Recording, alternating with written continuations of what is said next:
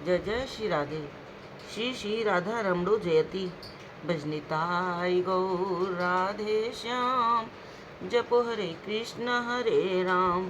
चरित सुधा श्री श्रीमद राधा रमण चरण दास देव बाबा जी महाशय बड़े बाबा का जीवन चरित्र। मूल बंगला संपादक प्रकाशक श्री रामदास बाबा जी। जाजपुर में बिरजा दर्शन।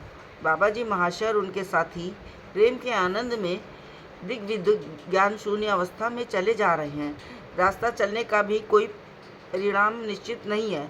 किसी दिन 8 या 10 कोस चलकर तो किसी दिन 4-5 कोस चलकर विश्राम करने लगते हैं। जिस दिन जिस गांव में जा पहुंचते हैं उस दिन वहां आनंद का हाट लग जाता है। महामहोत्सव का तो कहना ही क्या। गांव वाले इनका साथ पाकर आनंद सागर में बहने लगते हैं। एक दिन चलते चलते दोपहर बिरजा क्षेत्र में जा पहुँचे। बड़े बाबा जी महाशय बिरजा देवी के सामने खड़े होकर अनेक प्रकार से स्तुति और छोटे बच्चे की तरह हठ विनय करने लगे। फिर सप्तकुंड, यम की 7 भगिनी आदि तीर्थ और देव देवियों के दर्शन कर एक पेड़ के नीचे बैठ गए। थोड़ी देर बाद बोले, बहुत दिनों से मुष्टि भिक्षा नहीं की, आज सब मिलकर भिक्षा करने चलें। ये सुन सब लोग आनंदित हुए। नवदीप दास ने कहा, मैं किसी को साथ लेकर भिक्षा को जाता हूँ, आप लोग यहीं रहें क्योंकि समय अधिक हो चुका है। उनकी बात कौन सुने। बाबा जी महाशय ने कहा, मैं तो वहाँ जाऊँगा ही, और कोई जाए चाहे ना जाए। ये कहे वे नाम कीर्तन करते हुए चल दिए और सब लोग भी उनके साथ हो लिए। बड़े बाबा जी महाशय की भिक्षा का नियम था कि नाम कीर्तन करते करते गांव में होकर चले जाते थे। न किसी से कुछ मांगते थे, न किसी के दरवाजे पर अधिक देर रुकते थे। इसी प्रकार वे एक एक कर घर के सामने एक एक क्षण रुकते हुए चले जा रहे थे। आगे बढ़ते समय उस स्थान की रज उठाकर लेते जाते थे। इनका ऐसा नियम देख गांव के लोग चकित रह गए और दल के दल उनके साथ हो लिए। कोई कोई कीर्तन में भी योगदान करने लगे। इसी प्रकार दोपहर बीत गए। इस देश में इस प्रकार भिक्षा करने की रीति न थी, इसलिए किसी की समझ में नहीं आ रहा था कि ये ऐसा क्यों कर रहे हैं। प्रायः 30-40 घर पार कर गए, कहीं से एक चुटकी भिक्षा ना मिली। इनका मुख देखकर ही मानो निताई चांद का हृदय पिघल गया। परीक्षा पूरी हुई। एक बुढ़िया ने आकर अपने अमरूद के पेड़ से 7-8 अमरूद लाकर इनके सामने रख दिए। बड़े बाबा जी महाशय ने मुस्कुराते हुए फलों को अपनी झोली में रख लिया। लोग समझ गए कि ये भिक्षा करने आए हैं। फिर तो कोई चावल, कोई दाल, कोई चिवड़ा आदि जिसके घर में जो था लाकर इनकी झोली में डालने लगा। 3-4 घर चलते चलते ही झोली भर गई। तब ये तालाब के किनारे पेड़ के नीचे झोली रखकर बैठ गए। नवदीप दास के उद्योग से बहुत शीघ्र रसोई होने लगी। बड़े बाबा जी महाशय के आदेश के अनुसार जो कुछ मिला था सबकी रसोई बनाई जाने लगी। चावल, दाल, साग तैयार किए गए और सब मिलाकर एक जगह खिचड़ी भी बनाई गई। ठाकुर को भोग लगने तक गांव के बहुत से बालक जमा हो गए। पेड़ के नीचे आनंद का हाट लग गया। सबने प्रसाद पाया और कुछ देर विश्राम किया। संध्या के समय इसी गांव में एक आदमी ने आकर कहा, बाबा, आज रात हमारे भागवत घर में ठहरें तो अच्छा हो। इस पेड़ के नीचे आपको बड़ा कष्ट होगा। इससे सब सहमत हुए और संध्या के पीछे एक बार फिर बिरजा देवी के दर्शन कर रात में उस भागवत घर में विश्राम किया। दूसरे दिन सुबह वहां से चल दिए। मध्यम उद्धार। एक दिन बड़े बाबा जी महाशय और उनके साथी चलते चलते थककर दोपहर से कुछ पहले एक गांव के पास रास्ते के सहारे एक बड़े वट के नीचे विश्राम कर रहे थे।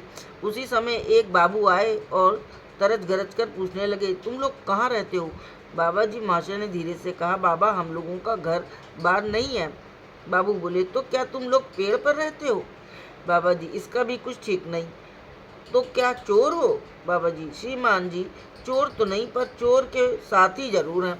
बाबू, तब तुम लोगों का थाने में चालान कराया जाएगा। बाबा जी, श्रीमान, चालान तो हम भी कराना चाहते हैं, पर सबसे बड़े हाकिम के यहाँ चालान कराना ही ठीक होगा, क्योंकि वहाँ से कहीं अपील न हो सकेगी। सब लोग हंस पड़े। बाबू ने भी और कुछ नहीं कहा और इनके पास आकर बैठ गए। बाबा जी महाशय के साथियों ने पूछा, आप कहाँ जा रहे हैं। बाबू ने उत्तर दिया, यहाँ से 10-11 कोस बालेश्वर। बाबू की बातचीत और हाव भाव से सब लोग समझ गए कि वे नशे में चूर हैं। फिर भी उनके साथ बातचीत करते रहे। इसी बीच एक भक्त ने आकर बड़े आग्रह से कहा, बाबा, आप कृपा कर आदेश करें तो कुछ भोग का प्रबंध करूं। बाबा जी महाशय ने नम्रता से कहा, बाबा, तुम्हारी इच्छा है तो कर सकते हो, हमें आपत्ति नहीं।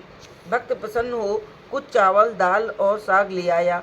बाबा जी महाशय के प्रिय अनुचर परम चतुर नवदीप दास तुरंत रसोई की तैयारी में लग गए।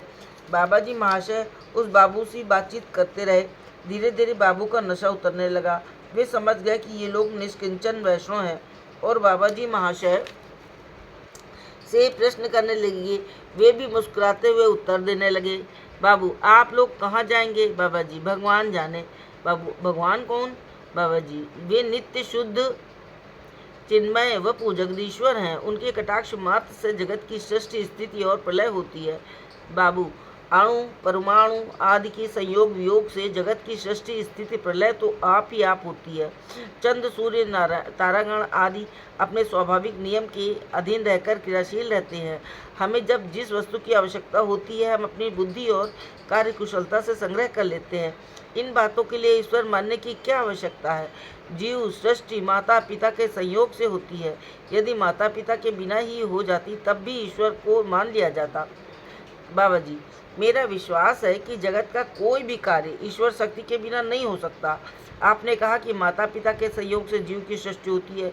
यदि यह सत्य है तो किसी के बहुत चेष्टा करने पर भी संतान क्यों नहीं होती? बाबू, स्वाभाविक नियम का अर्थ है दिव्य गुण, और दिव्य गुण का दूसरा ही नाम है वस्तु शक्ति। वस्तु शक्ति से सब कार्य होते हैं।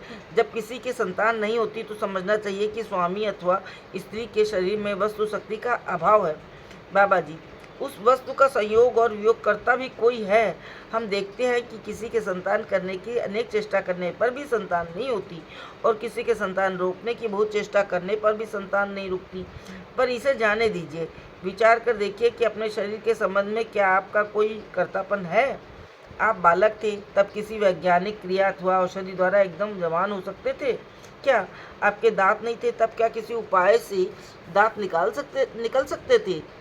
जब दांत निकल रहे थे तब क्या किसी प्रकार उन्हें रोक सकते थे? क्या आप सुंदर काले बालों को समय के अनुसार सफ़ेद होने से और मोती जैसे सुंदर दांतों को गिरने से रोक सकते हैं? हम कैसे अकृतज्ञ और भ्रमांध हैं। विद्वान और बुद्धिमान होते हुए भी जिनकी अपार करुणा से जगत में आकर आनंद से जीवन व्यतीत करते हैं, उन्हीं सर्वनियंता परम दयाल परमेश्वर पर सबसे पहले आघात करने को उद्धत होते हैं। मेरी बात से दुखी न होइए। अच्छा बताइए, मातृगर्भ में आपको बचाने के लिए किसने अमृत नाड़ी पकड़ाई थी? जन्म लेते ही मातृस्तन में रक्त को दूध ने किसने बदला था? विद्या बल अथवा बुद्धि कौशल से ऐसा किया जा सकता था क्या? बाबू, आपने जो कहा वो सत्य है, पर अप्रत्यक्ष पर आसानी से विश्वास नहीं होता। आपकी बातों से मेरे मन में कुछ परिवर्तन हुआ है, पर उन पर पूरा विश्वास नहीं जमा।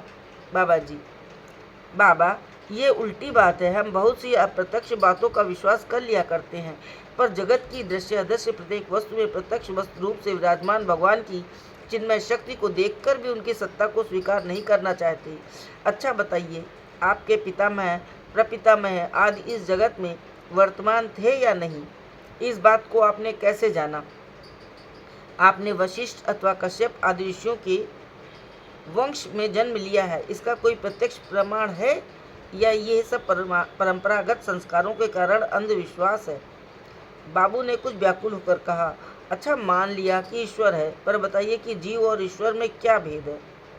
बाबा जी, भगवान पूर्णतम है, जीव उनका अंश विशेष है। वो चालक है, जीव चाल्य है। वे सच्चिदानंद में पूर्ण ब्रह्म सनातन है, जीव उस सच्चिदानंद का कण है। वे मायातीत हैं, जीव माया मुग्ध है। वे सूत्रधार है, जीव पुतली है। वे प्रभु हैं, जीव उनका नित्य दास है। उनकी कृपा कटाक्ष के बिना जीव कुछ भी नहीं कर सकता। वो वृथा ही अपने अभिमान का शिकार बन ईश्वर की सत्ता का लोप करना चाहता है। कुतर्क परायण नास्तिक दुराचारी बाबू को भी जो अभिमान के ऊंचे मंच पर सवार थे, ऐसा लगा जैसे उन्हें एकाएक धक्का देकर नीचे गिरा दिया गया हो। वे रोते रोते बाबा जी महाशय के चरणों में गिर पड़े और धूल में लौटने लगे। बाबा जी महाशय ने उन्हें उठाकर हृदय से लगाया और स्नेह से कहने लगे, बाबा शांत हो, चिंता न करो। परम दयाल पतित पावन निताई चांद बिना मांगे घर घर प्रेम धन वितरण कर रहे हैं।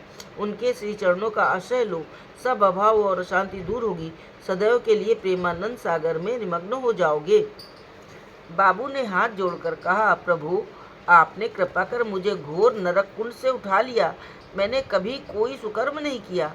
मैं नराधम, पाखंडी और दुराचारी हूँ। करुणामय, मैं कुछ कहना नहीं जानता। अब मैं आपके श्री चरणों को न छोड़ूंगा। आपने मुझे घोर मद्यप, असचरित्र और प्रपंचक जानते हुए भी निज गुणों से कृपा कर अपने पवित्र चरणों को स्पर्श करने का अधिकार दिया है। यही मेरा परम सौभाग्य है। आपकी कृपा से अब मैं ये कहने का साहस करता हूँ कि ये दास जीवन भर के लिए आपके श्री चरणों में बिक गया। इस जीवाधम को पाखंडी जानकर अपने चरणों से कभी दूर न कीजिएगा। यही मेरी एकमात्र प्रार्थना है। इतना कहकर वो बाबू ने बाबा जी महाशय की साष्टांग प्रणाम किया और दोनों चरण पकड़कर कातर भाव से कहने लगे, प्रभु, मैं घोर नारकी, महापापी और दुराचारी हूँ। मेरी क्या गति होगी? बाबू की उस समय की अवस्था देख उपस्थित लोग आपस में कहने लगे, कैसे आश्चर्य की बात है। जिस मद्यप के अत्याचार से गांव वाले हों चाहे रास्ता चलने वाले सभी भयभीत रहते थे और जिसके कारण यदि कोई साधु दैवयोग से उधर आ जाता तो उसकी बड़ी दुर्दशा हुआ करती थी, आज उसी अत्याचारी की ऐसी अवस्था।